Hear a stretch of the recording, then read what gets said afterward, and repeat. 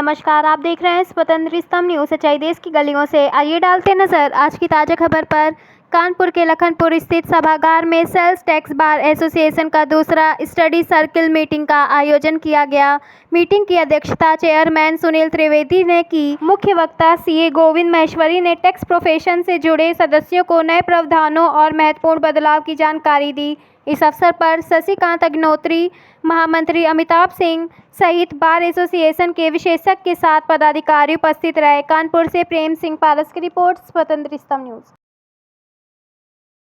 इनकी इन्वेस्टमेंट है तो उसको अदर में करके आप डाल देते थे या कंसोलिडेट करके डाल देते थे। तो हमको देखना पड़ेगा कि उसमें हाउसिंग फाइनेंस कम है। बहुत इंपॉर्टेंट चीज नहीं है तो इसमें हम बहुत ज़्यादा डिस्कस नहीं करेंगे।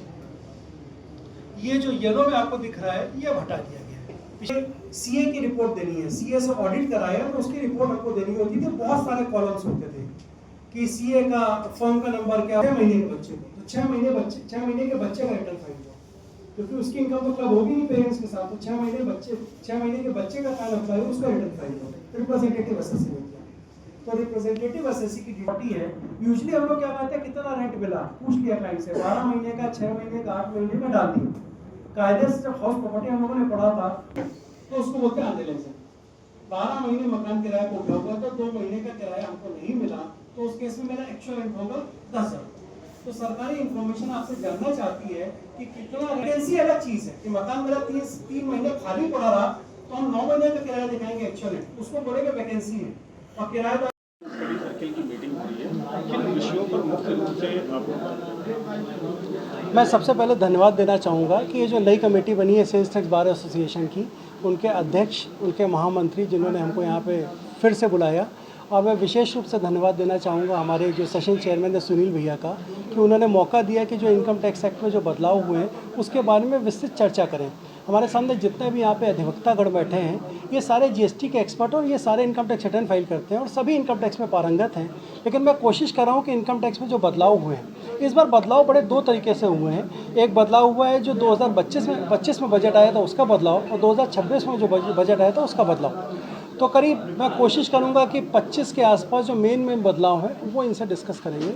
तो वो हम लोग डिस्कस कर रहे हैं, उस पर चर्चा कर रहे हैं, बहुत सारे क्वेश्चन आ रहे हैं। पर्पस केवल एक है कि जो हमारे करदाता हैं जिनका हम लोग रिटर्न फाइल करते हैं उनको किसी भी तरह की दिक्कत या परेशानी ना हो, उनका रिटर्न ऐसा ना हो कि स्क्रूटनी में आ जाए और वो बाद में परेशान हो, क्योंकि उनके हम रिप्रेजेंटेटिव हैं।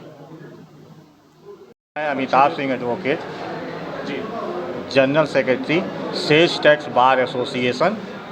आज हमारे यहाँ स्टडी सर्किल की meeting income tax return filing पे नए कानून के आधार पे उसकी विस्तृत जानकारी के लिए हमारे वक्ता श्री सीए गोविंद महेश्वरी जी के द्वारा बताया जा रहा है कि जो कमी बेसी जिससे कि जितने भी करदाता हैं उनको तकलीफ़ ना हो, और प्लस उसके साथ में जो इनकम टैक्स रिटर्न भरने वाले हमारे अधिवक्ता भाई लोग हैं जो भी इनकम टैक्स रिटर्न भरते हैं, जो 1, 2, 3, 4, 5 प्रकार के जो रिटर्न आए हैं उनको भरने में दिक्कत ना हो, इनकी दिक्कत को दूर करने के लिए ये स्टडी सर्किल मीटिंग का आह्वान है। 25 तरह के बदलाव जो हैं वो किए गए, तो इनमें कौन से जो बदलाव हैं जो व्यापारियों के बहुत ज़्यादा जरूरी? इसमें तो कई बदलाव ऐसे हैं कि अभी स्टडी सर्किल मीटिंग में ऑलरेडी क्वेश्चन आंसर जब होगा तो सीए गोविंद महेश्वरी जी के द्वारा विस्तृत रूप से बता दिया जाएगा और उसका क्वेश्चन आंसर भी होगा।